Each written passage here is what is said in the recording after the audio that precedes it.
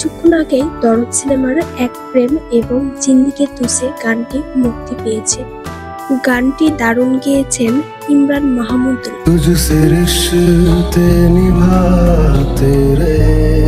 অন্যদিকে জিন্দিগি তুসে গানটি গেয়েছেন রাজ বর্মন।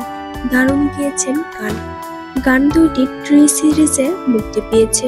শাকিব খান এবং সোনাল সোহানের কেমিস্ট্রি দারুণভাবে ফুটে উঠেছে দরদ সিনেমাতে। অনন্য মামুন প্রশংসা পাওয়ার যোগ্য। গানগুলো যদিও দেরিতে এসেছে, তবু বলা যেতেই পারে শাকিব খানের অভিনয় দেখে দর্শকরা প্রশংসায় ভাসাচ্ছেন, সাথে অনন্য মামুনকেও। গান দুটি আপনাদের কাছে কেমন লেগেছে অবশ্যই কমেন্টে জানাবেন।